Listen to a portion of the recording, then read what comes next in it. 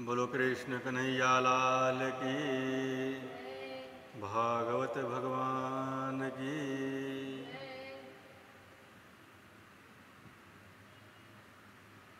तो कल की कथा में भगवान श्री कृष्ण को वासुदेव जी और देवकी जी विभिन्न प्रकार के सामग्री बनाकर भगवान को खिलाने के लिए माँ देवकी गई है। और भगवान कृष्ण जो है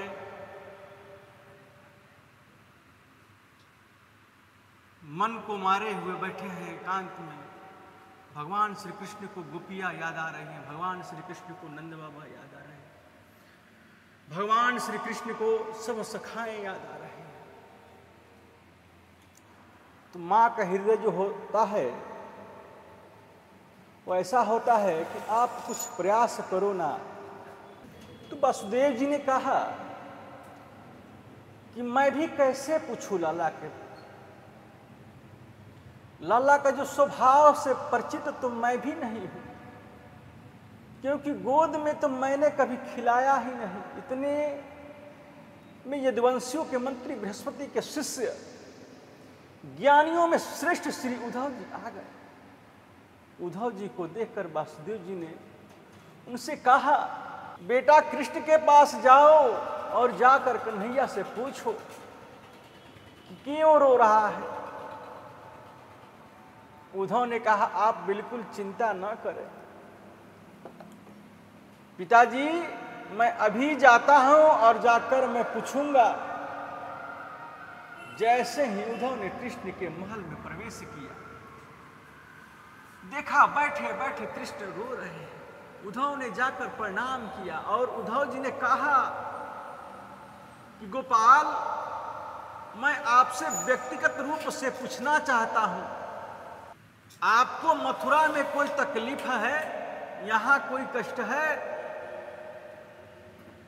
हम यदुवंशियों से क्या कोई अपराध हो गया है? इस बात को सुनकर गोविंद अपने मंच से उठे और उद्धव को अंक से भरकर हिलकियों से रोने लगे और बोले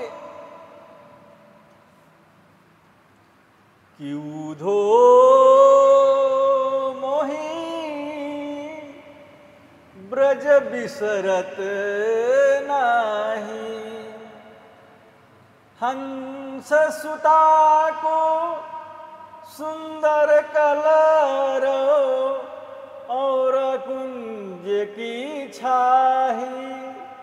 मैं 1000 बार प्रयास करके भी उद्धव ब्रज को नहीं भूल पाता, अपने ब्रज का विस्मरण नहीं कर पाता। जब ही सूरत आवेवा सुख की, ब्रज की सुख की स्मृति मुझे होती है तो लगता है कि मेरे प्राण सुरक्षित क्यों हैं, मेरे प्राण बचे क्यों हैं। उद्धव, मैं रोता तो इसलिए हूं कि निर्मल मन के अंतःकरण वाले ब्रजवासियों के साथ मैंने कितना बड़ा धोखा किया है। खाते पीते सोते उठते नाचते गाते हर परिस्थिति में जिन्होंने मुझे चाहा, गोकुल का इतना बड़ा वैभव नंद बाबा ने एक पल में छोड़ दिया मेरे खुशी के। मैं जरा सा दूध भी कम पीता तो मैं यह सारे वैद्यों को बुलाकर लाती। मेरे लाल को क्या हुआ, इतने दूध कैसे कम पिया? अरे उद्धव, मैं जब मुरली बजाता तो हजारों गायें मुझे घेर कर खड़ी हो जाती थी।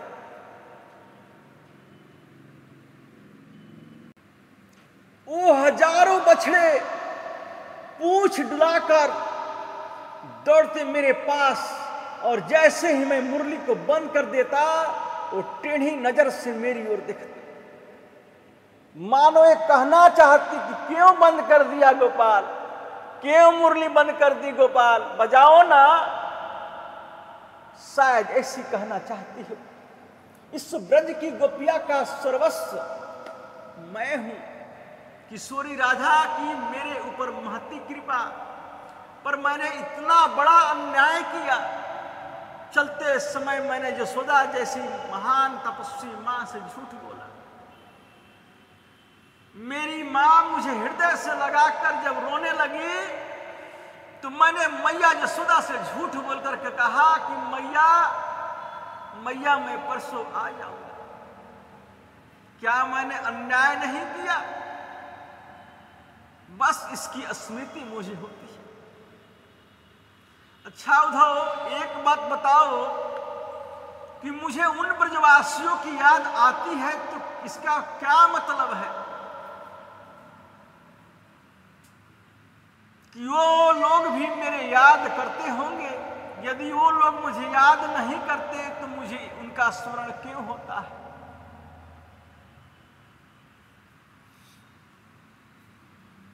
एक बार वृंदावन जाओ, एक बार मेरे ब्रजमंडल में जाओ, नंद बाबा, मैया यशोदा, समस्त प्रेमी सबको जाकर मेरा समाचार सुना। उद्धव ने टेढ़ी नजर से गोविंद को देखा। वाह रे कन्हैया, याद आ रही है, परब्रह्म को याद आ रही है। ब्रजमंडल की और समाचार लेकर आ जाओ। मैं बृहस्पति का शिष्य, यदुवंशियों का प्रवर मंत्री, जब अजहत लक्षण का निरूपण करूंगा तो वेदांती भाषा में, तो क्या समझेंगे बेचारे ग्वारिये गंवार ब्रजवासी मेरी भाषा। श्री कृष्ण बोले, ओहो इतना अभिमान। जिन गोपियों ने परब्रह्म को अंगुलियों पर नचा दिया उन्हें उद्धव ग्वालिनी की समझता है। भगवान बोले कि कोई बात नहीं उद्धव, तुम जाओ तो सही, थोड़ी सरल भाषा में कहने का प्रयास करना। उद्धव ने कहा कि आपकी आज्ञा शिरोधार्य है, ब्रजमंडल में जाता हूं, पर आपका समाचार सुनाकर मैं 1 घंटे से ज्यादा ब्रज में नहीं रहूंगा, लौटकर तुरंत आ जाऊंगा। भगवान ने कहा कि तुम जाओ तो सही, 1 घंटे में आओगे कि 7 महीने में आओगे, ये तो समय बताएगा। तुम्हारे ज्ञान पर जब प्रेम का फूट लगेगा, पुट लगेगा, तो तुम सब भूल जाओगे। अभी तुमने ब्रज के महत्व को समझा ही क्या है। उद्धव जी ने कृष्ण जी के मोर पंख को उनके मुकुट में लगा दिया, कृष्ण की कारी के मरिया को ओढ़ लिया, इसलिए कि मुझे ब्रजवासी पहचान सके, क्योंकि ब्रजवासी सिवाय कृष्ण के और किसी को मानते ही नहीं, और किसी से वार्ता करना भी व्यर्थ की बात समझते हैं। तुम यदि मेरे परिधान को पहन कर जाओगे तो वे लोग कम से कम तुमसे बात तो कर सकते हैं। उद्धव ने रथ सजाया, प्रेम की नगरी वृंदावन की ओर चले। प्रेम की नगरी वृंदावन वात्सल्य की नगरी है। वृंदावन प्रेम का सागर जहां बहता है। आचार्य सुखदेव जी महाराज कहते हैं कि परीक्षित, जिस दिन से कृष्ण वृंदावन को छोड़कर गए, उनके मित्रों की परिस्थिति कैसी बन गई। ये छोटे छोटे ब्रजवासी नन्हे नन्हे सखा, छोटे से ग्वाल बार सूर्य निकलते ही मथुरा वाले मार्ग पर बैठ जाते हैं और मथुरा की ओर टकटकी लगा कर देखते हैं कि लाला आए रही हो इसी आस में, लेकिन शाम तक कृष्ण नहीं आते तो लौटकर उदास चले जाते और कहते कि मैया तेरो लाल बड़ो कठोर है, आज भी ना आयो। रात को सोते नहीं, नींद उनकी आंखों में है। एक ही चिंता, कब लाला का दर्शन करे, कब जल्दी सुबह हो, कब सूरज निकले, कब मथुरा के मार्ग पर जाकर बैठे और लाला का दर्शन करें। शायद कल आ जाए, क्योंकि बोलकर गए थे कि परसों आऊंगा, लेकिन परसों के चक्कर में बरसों बीत गए। नित्य की बहाती आज भी मथुरा के मार्ग पर ब्रज के ग्वाल सखा सब शांत से बैठे थे। बार बार एक टकटकी लगाकर निहार कर देख रहे थे कि लाला आ रही हो गए। तो आज उन ब्रजवासियों को रथ आता हुआ दिखाई दिया। एक सुंदर रथ आते दिखा और रथ की ध्वजा चमकी। अब ब्रजवासी दौड़ पड़े कि हमारो लाला आ गई हो, कन्हैया आ गई हो। एक बोलियो मैंने पहले ही कही, वो हमारे बिना रह नहीं सको, वो आएगो। अरे कैसे रह लगे, जब हमको याद आवे तो वाकू याद नहीं आवेगी क्या। सब ब्रजवासी दौड़ पड़े। एक नन्हा सा सखा झुंड में छुप गया। सखा बोले, चौरे लाला आयो है, तू चले क्यों नहीं, लाला को दर्शन नहीं करे। वो छुप कर बोला, आने दो लाला को। जब कन्हैया आकर मेरे चरणन में पड़कर मुझसे माफी मांगेंगे तो हाँ भैया गलती हो गई, तब बोलूंगा। मैं कहूंगा कि परसों की कहकर तू बरसों क्यों आता। मोते क्षमा याचना करेगा, मुंह को गले लगाएगा, तब बात करोगे, नहीं तो बोलूंगा नहीं। 2-4 दिन तो बात ही नहीं करनी, रूठ कर बैठे। जब सब ब्रजवासी दौड़ पड़े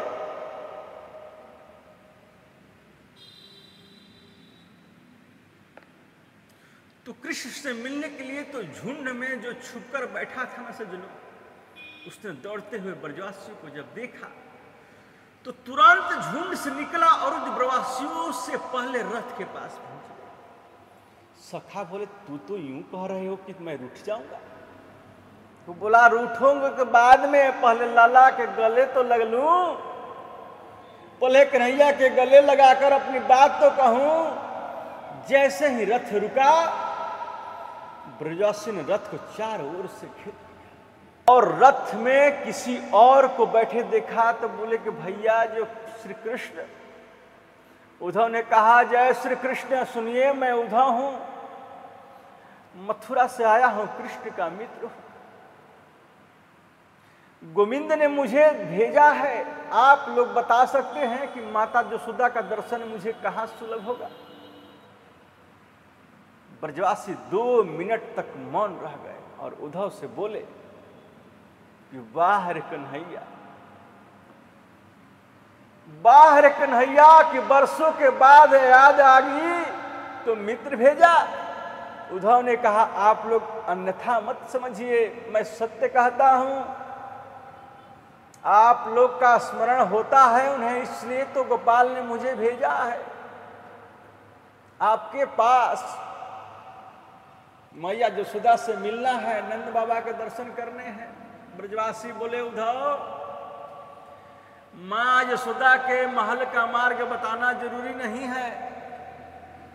लाला की याद में रोते रोते जिसके नेत्रों की ज्योति समाप्त हो गई, कृष्ण की याद में रोते रोते जिसकी श्रवण शक्ति कमजोर हो गई, उस यशोदा के महल का मार्ग बताना जरूरी नहीं है। उद्धव ने कहा, तो मैं पहुंचूंगा कैसे। ब्रजवासी बोले, तुम्हें ये पानी बहते जा रहे हो, तुम्हें दिखाई देवे। उद्धव बोले, हाँ। तो बस इस पानी का जहां अंत है वहीं यशोदा का महल है, क्योंकि ये कोई पनारा नहीं है, ये कोई पानी नहीं है, ये कोई नाला नहीं है। उद्धव, मैया यशोदा, नंद बाबा, हजारों गोपियां, किशोरी राधा के नेत्रों से बहने वाली धारा ही है तो है। इसका जहां अंत दिखाई दे वो यशोदा का महल है। उद्धव ने सोचा कि ऐसा आकर्षण मैंने पहले कहीं नहीं देखा। उद्धव जी रथ से नीचे उतरे, धीरे धीरे यशोदा के महल की ओर जा रहे हैं। 85 कोस वाला नंद रानी का महल, जिस महल में कभी नाचे नंदलाल नचावे हरि की मैया, धीरे धीरे मैया ताली बजाती है, गोविंद नृत्य करते। ए 85 चौक वाला अद्भुत महल आज सुना हो गया। ब्रजवासियों ने कहा कि उद्धव, ये जो विशाल महल दिखाई देता है नंद रानी का है, उस महल में सामने जो माला लेकर बैठा है ये नंद यशोदा यही है। सुनो भैया, सुनो, मैया को 2-2 महीना हो जाते हैं बिना कुछ खाए पिए। थोड़ा जोर से बोलना, लाला की याद में रोते रोते श्रवण शक्ति कमजोर हो गई। उद्धव ने नंद रानी के महल में प्रवेश किया। आचार्य सुखदेव जी कहते हैं कि परीक्षित, उद्धव ने जैसे ही नंद रानी के महल में प्रवेश किया तो उनके महल के कोने कोने से जय श्री कृष्ण, जय श्री कृष्ण, जय श्री कृष्ण की आवाज निकल रही। उद्धव जी देखते ही रह गए इस विचित्र प्रेम का आकर्षण को। सामने नंद रानी माला लेकर बैठी है हाथ में। उद्धव ने जाकर चरणों में प्रणाम किया और कहा कि मैं उद्धव, मैं प्रणाम करता हूं, मथुरा से आया हूं, मेरा प्रणाम स्वीकार करो माता। जैसे ही उद्धव ने जोर से प्रणाम कहा, यशोदा के हाथ से माला छूट गई और चिल्लाकर बोले कि धीरे बोले, धीरे, इतनी जोर से काहे को बोले? यदि जोर से बोलोगे तो मेरा लाला का नींद खुल जाएगी। आज गोविंद को बड़े परिश्रम से सुलाया है मैंने। सवेरे से अभी माखन मांगे, कभी चंदा मांगे, कभी बहू मांगे, जैसे तैसे पलना में सुलाया है और तुम जोर से बोलोगे तो नींद नहीं खुल जाएगी क्या? उद्धव ने कहा, हे भगवान, हे भगवान, जिस गोविंद को मथुरा छोड़कर आया, यशोदा बोल रही कि पलना में सो रहा है। उद्धव के ज्ञान की पहली सीढ़ी खिसक गई। मैया से बोले कि मैया, आप कह रही हैं कि गोविंद मुझको छोड़कर कहीं जाए नहीं, गोविंद मुझको छोड़कर कहीं नहीं जाए, चलो मैं तुम्हें दिखाऊं। उद्धव को लेकर मैया जैसे ही पलना के पास पहुंची तो धड़ाम से गिर पड़ी और रोते हुए बोली, उद्धव, मैं भी कैसी पगली हूं कि लाला तो मुझको छोड़कर चले गए बरसों पहले, लेकिन मैं कहा, ये वही पालना है, यहां मैं गोविंद को अपने हाथ से सुलाती, ये वही रसोईया घर है जहां मैं भोजन अपने हाथ से बनाती। मेरो लाला रसोई घर के द्वार पर जाकर बैठ जाते। मैया एक पकौड़ी मुझको दे दे। मैं कितने निर्दयी, कितनी निष्ठुर डांट कर बोलती, नहीं नहीं, अभी जय जय को भोग नहीं लगो, तो को नहीं मिलेगा। बड़ा भारी अपराध की जो मैंने, बड़ा भारी अपराध किया मैंने। आज मेरो घर सुनो है गए। उद्धव, तो को एक बात बताऊं, लाला की वो लीला मुझको बहुत याद आ गई। जब कृष्ण ने रोटी मांगी तो मैंने आधी बेझड़ की रोटी पर माखन धर कर लाला को दिया। धूरी धरे अंग सोहत श्याम जू, कैसी बनी सिया चुनर चोटी, अखिलत खात फिरे अंगना, पग पैजनी बाजत पिरिकट छोटी,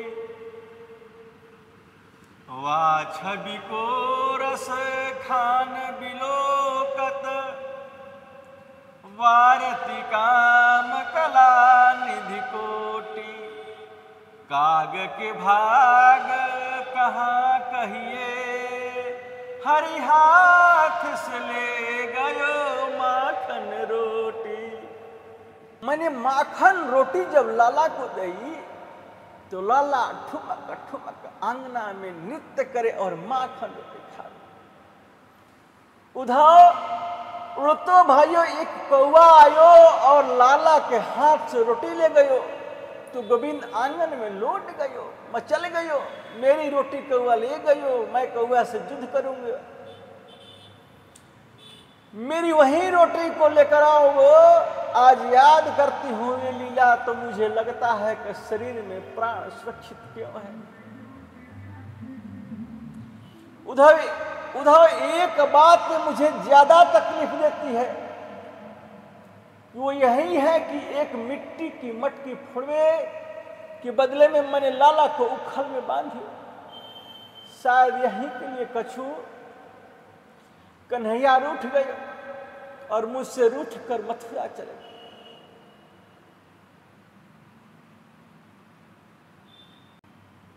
परसों को बोलकर गए लेकिन बरसों बीत गए, आज तक नहीं। ज्ञानियों में अग्रगण्य उद्धव मां यशोदा के चरणों में साष्टांग लेट गए और यशोदा के चरणों की धूल अपने मस्तक पर लगाने लगे। माता, पहले तो आप एक बात के लिए क्षमा करो हमें कि आप वो नहीं जो मैंने सोचा था। मेरे जैसे करोड़ों ज्ञानी आपके चरणों के कण पर वार दिए जाए तो भी आपकी बराबरी नहीं कर सकता। रात भर बैठकर नंद यशोदा से चर्चा हुई। ये बृहस्पति का सूखा ज्ञानी खो गया ब्रज के इस भाव में। प्रातः होते ही बोला कि मैया मैं गोपियों के दर्शन करना चाहता हूं।